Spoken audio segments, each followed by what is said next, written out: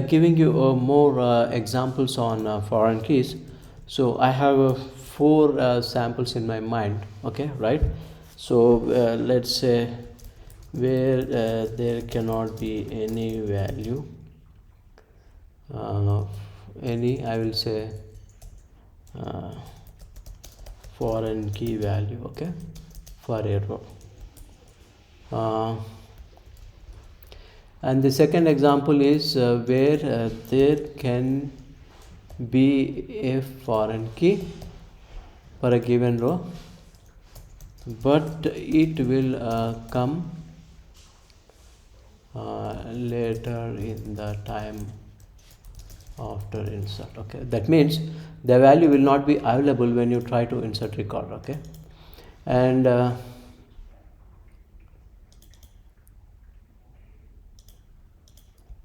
other example is plus it is required for an insert. Okay, right? And then other example is where a foreign key can be primary. Yeah, this is a little bit complicated. Okay, so let's go with the case number 1. Okay, right here I'm let's say that we have employee table. Okay, so I'm going to have employee ID as a primary key. I'm going to have name, right, and then I'll say designation, some salary, and then I will say manager ID. Okay, this also opens up 2 use case. And then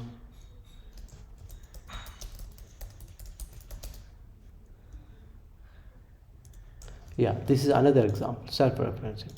So all these days, like yesterday we were talking about primary key. Foreign key always refers to other table, right, like a parent table. But in this example it's a little bit different. I'm going to explain you in detail. Okay, let's say that employee ID 1, name is like, let's say, Trump. Okay, his designation, he is the owner of the company or whatever, so we say CEO, right, and then we give him some 100k salary. Okay, yeah, this will take a little bit time to type. Okay, right, and then I have a second employee, right. He is not the CEO, but he is, let's say, CTO. Okay, Chief Technology Officer. Yeah, and we will say, yeah. So CTO in any given company, he works under CEO or founder and all, right. So that means the manager ID. Okay, here I would say manager employee ID. So here what is happening is, so this is my foreign column. Okay, right. Yeah, so here employee, yeah, this is my primary key for this employee table. Okay, so I am referring a foreign key from the same table, from this column, then that is possible. Okay, so my manager ID is 1, right. So let's say that I have one more employee. Okay, I will say VP of information technology, right. Okay, 45,000, and she works under Clinton. Okay, right. So in this way, let's say I have another, let's say, IT manager, right. Okay, and then he works under number 3, right. So what this use case is about, right. Yeah, there cannot be any foreign key value here. See, there is no manager for Trump because he is the CEO of the company, so this has to be null all the time, right. So in this case, so that's how the the property of foreign key allowing null will help. Okay, so this case, so we are covering 2 use cases here. One is like how can a foreign key be null? Because this is a business case where it has to be null. You cannot give any value. I can't even say, he is the manager. It's like, wrong data or bad data. So it has to be null. And second one, this example will show you how we can use foreign key on the, referring the same table, the primary key from the same single table. Okay. So let's go to the use case number 2. Okay.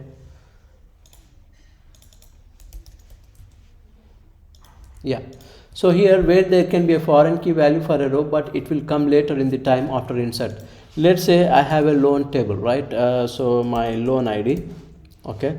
My customer ID will come from customer table, okay. Loan, I'll say start date, I can say end date, okay. Loan amount, and then status, okay. So loan ID will be 1, okay. Customer ID, let's say it's 1, and then start date, let's say I will say 2025 1, okay. And start date I will keep it empty because I don't know the start date because it's still pending for approval, okay, right? For the roll number 2, this is customer ID 2. Yeah, this loan is already approved, so I have a start date. I can also go ahead and insert the end date, okay. It's approved, okay. Now this is my loan table here, okay. And then I'm going to have another table, loan installments. See, I'm not going into detail about why we need this table, that table, right? Just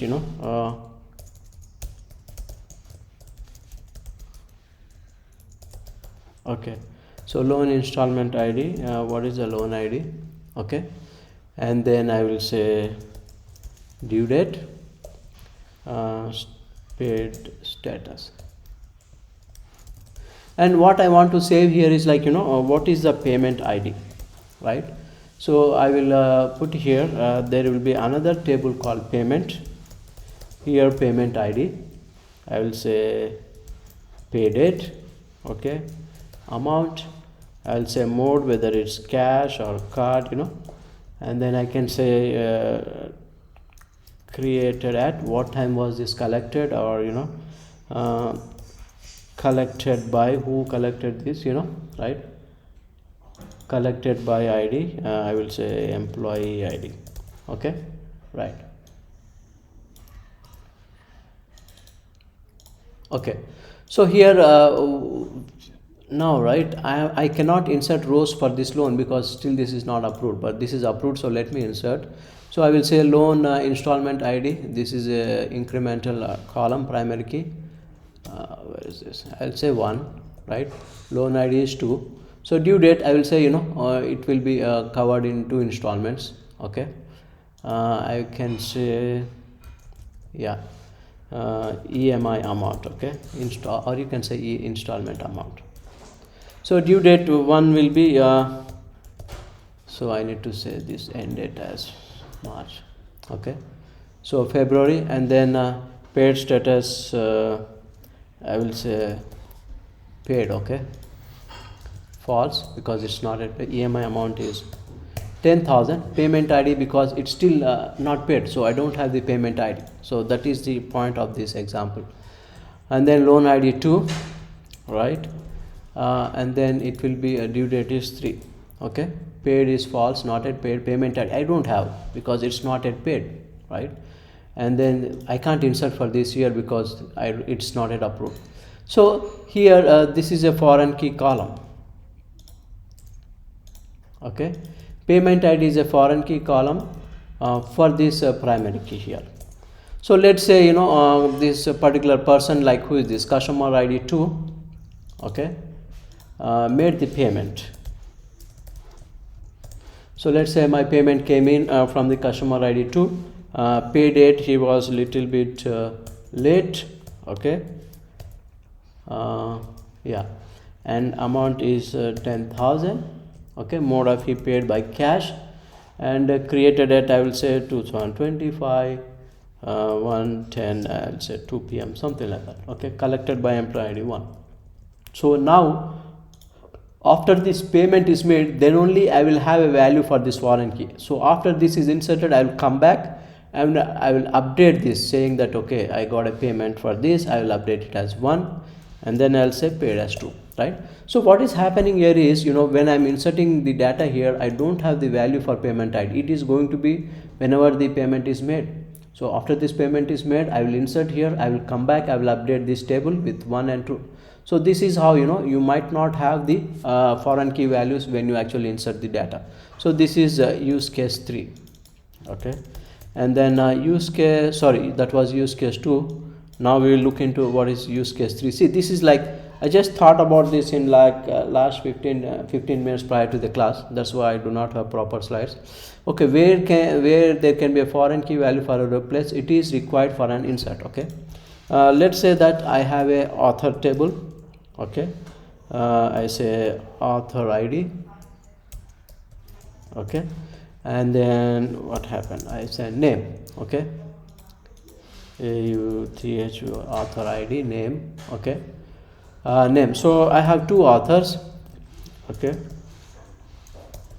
yeah, these are my 2 authors. Okay, and then this is the primary key column.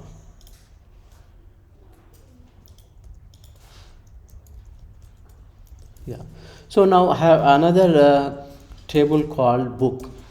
Okay, so here I will have a column called book ID, I will have a title, okay, and I will have a author ID, right? So here author ID is a foreign key. Okay, right? So I have a book ID. I'm going to create first book, right? Let's say that title of the book is Who Moved My Cheese. Okay, and then see, I am trying to insert data into my book table. Okay, so what about this foreign key? See, in this business case, whenever you insert a certain title of the book, there should be author. It cannot be null or not null, right? So in this business case, I will define this foreign key as not null, because there has to be an author, when I write. So this is the use case 3. Here it is null.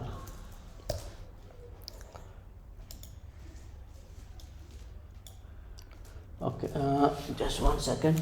Yeah, so far we have covered 3 use cases. Okay, now use case number 4.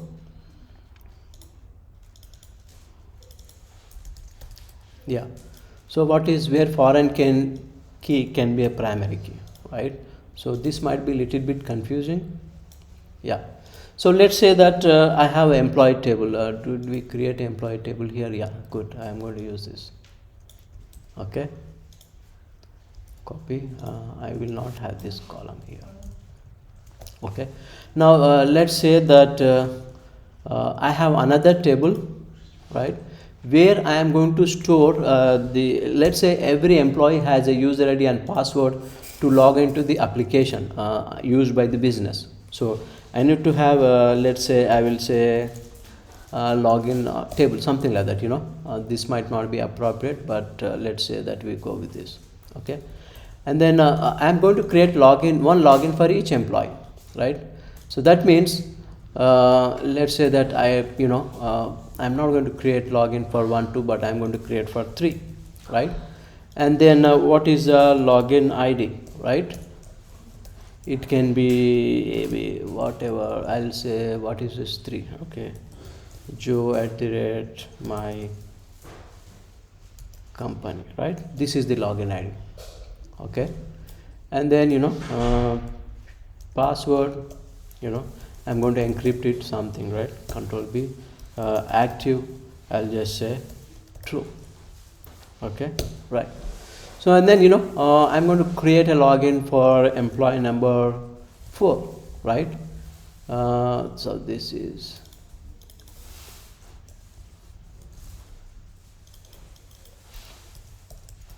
here. Okay, password is something like this, and this user is not active, he cannot log in. Okay, right? Now you have to watch here.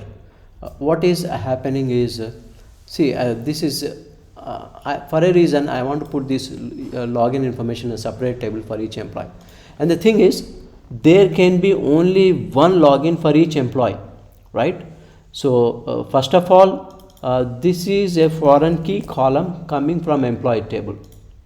Okay, and watch out, apart from it being a foreign key, it is also primary key for this table, for login table. Okay, so this might be little bit confusing, but this is like a extreme case, and I think we have such examples in your assignment, right? So we have covered 4 cases. If we come across any more cases as we move along, like in assignment 5, 6, 7, we can keep on adding more cases. Okay, and this video will be available for you on the website. Okay.